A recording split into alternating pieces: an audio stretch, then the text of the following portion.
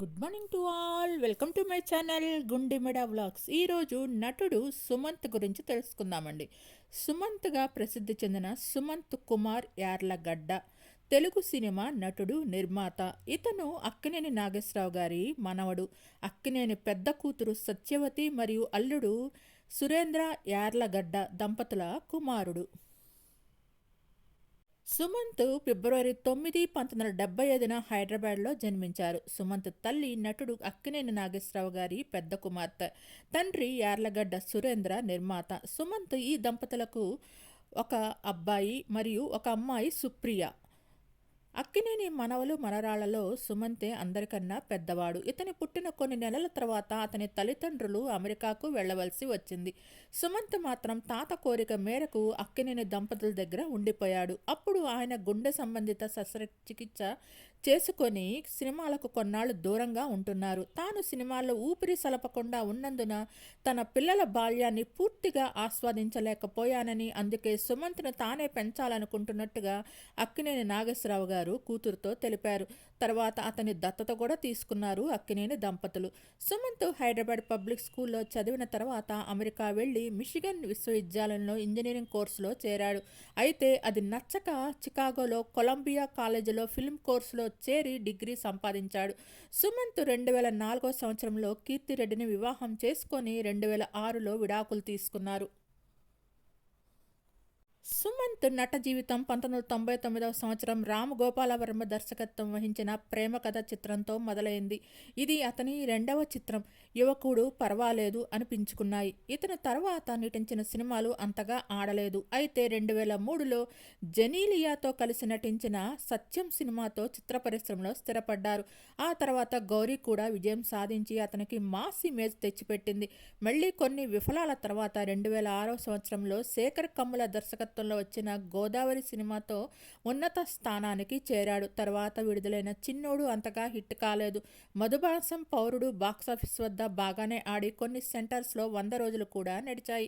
2009లో వచ్చిన బోణి ఫ్లాప్ అయింది. 2011లో Golconda high school hit అయ్యి సుమంత్కు మంచి పేరు తెచ్చింది. ఆ తర్వాత కొన్ని వరుస విఫలాల తర్వాత 2017లో మళ్ళీ రావా అతని సినిమా కెరీర్కు మళ్ళీ ఊపిరి ఇచ్చింది. ఎన్టీఆర్ కథానాయకుడు సినిమాలో అతని తాత అక్కినేని పాత్ర పోషించి పలు ప్రశంసలు అందుకున్నారు.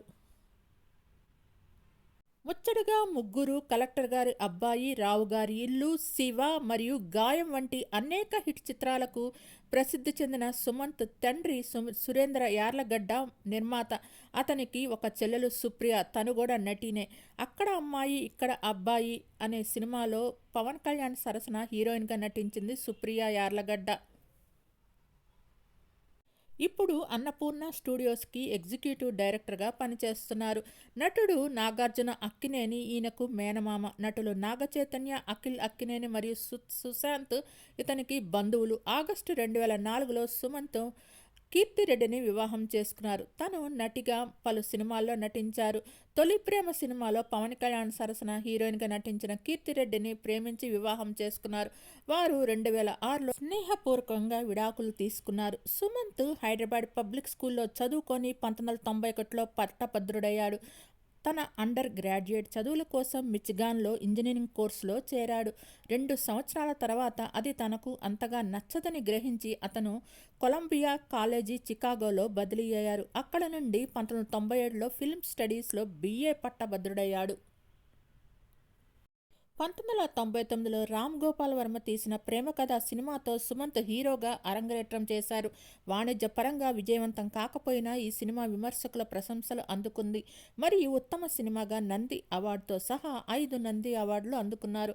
విడుదలైనప్పుడు ఇది సగటు వసూళ్లు మాత్రమే సాధించినప్పటికీ కరుణాకరన్ దర్శకత్వం వహించిన అతని రెండవ సినిమా యువకుడు 2000 సంవత్సరంలో వచ్చిన ఈ సినిమా తర్వాత తక్కువగా అంచనా వేయబడిన చిత్రంగా పరిగణించబడింది. సుమంత్ తన తదుపరి సినిమాలైన పెళ్లి సంబంధం, రామచిలకమ్మ, స్నేహం అంటే ఇదేరా చిత్రాలతో బాక్సాఫీస్ వద్ద తన సత్తా చాటాడు. అయితే అతని కుటుంబంలోని ప్రముఖ నటులు అక్కినేని నాగేశ్వరరావు గారు మరియు నాగార్జున 2 సినిమాల్లోనూ స్క్రీన్ పంచుకున్నారు. 2003 చివర్లో వచ్చిన సత్యం సినిమాతో సుమంత్ బాక్సాఫీస్ వద్ద సంచలన విజయం సాధించాడు. ఇందులో అతను కష్టపడుతున్న గీత రచయిత పాత్ర పోషించారు. వాణిజ్యపరంగా విజయం సాధించడంతో పాటు సుమంత్ విమర్శకుల ప్రశంసలు అందుకున్నారు. దీని తర్వాత 2004లో మరో హిట్ 'గౌరీ' వచ్చింది. ఈ యాక్షన్ డ్రామా తమిళ చిత్రం 'తిరుమలై'కి రీమేక్. సుమంత్ ఎప్పట్లాగే మంచివాడు మరియు పోరాటాలలో నిజంగా బాగా నటించాడు.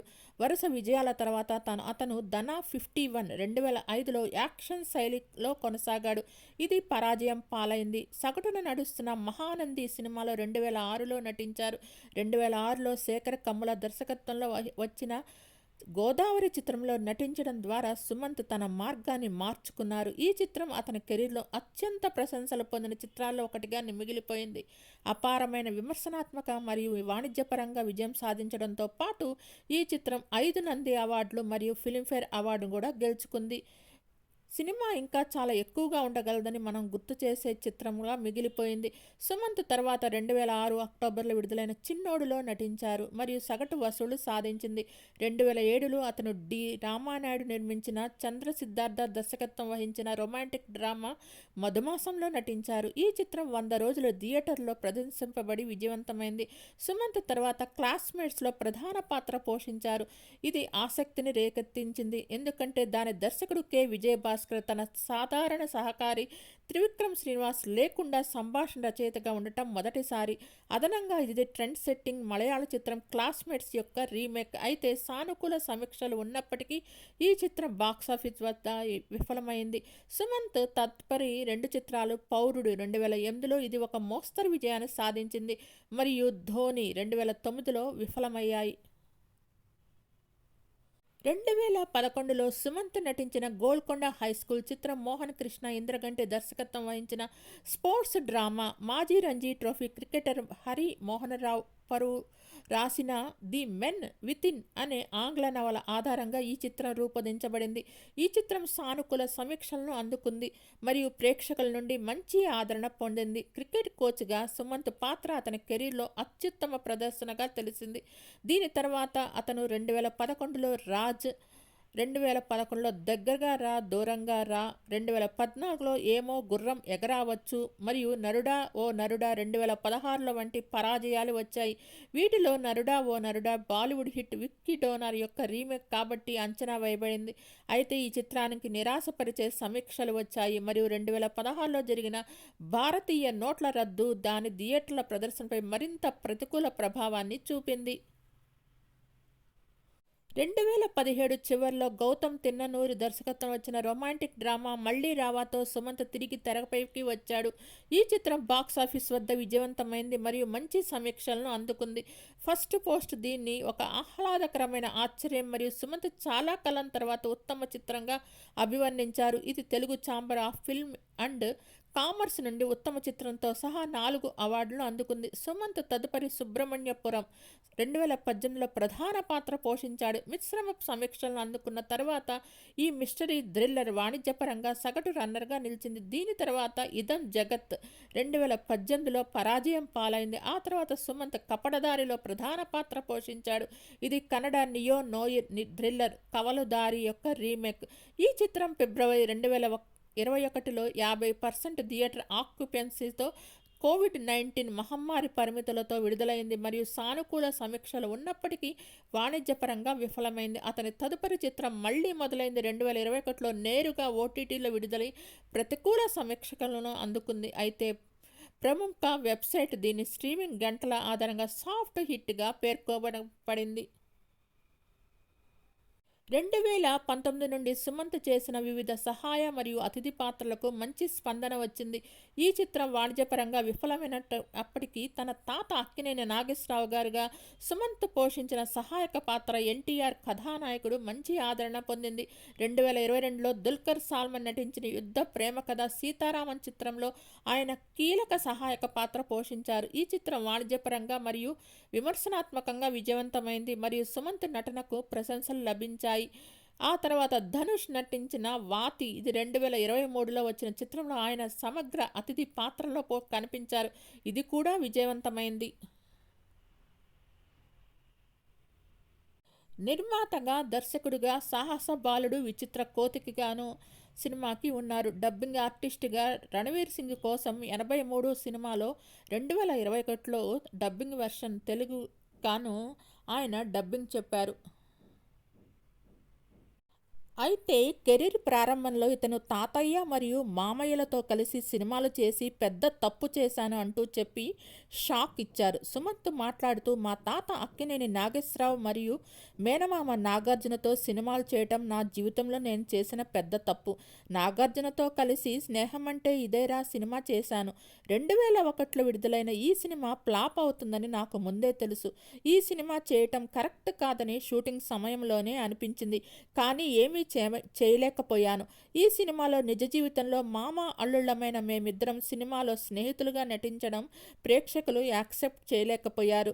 తెలుగులో ఈ స్క్రిప్ట్ కూడా అంత గొప్పగా వర్కౌట్ అవ్వలేదు. స్నేహం అంటే ఇదేరా మలయాళంలో హిట్ అయిన ఫ్రెండ్స్ చిత్రానికి రీమేక్.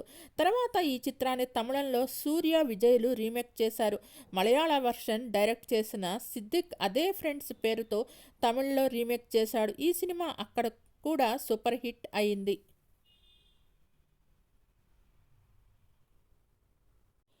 అయితే తెలుగులో మాత్రం ఈ సినిమా ఫ్లాప్ అయింది. ఈ చిత్రంలో చిన్నమామయ్య, నేను స్నేహితులుగా, అందులోనూ బావమరుదులంటే మా బంధాన్ని ప్రేక్షకులు జీర్ణించుకోలేకపోయారు.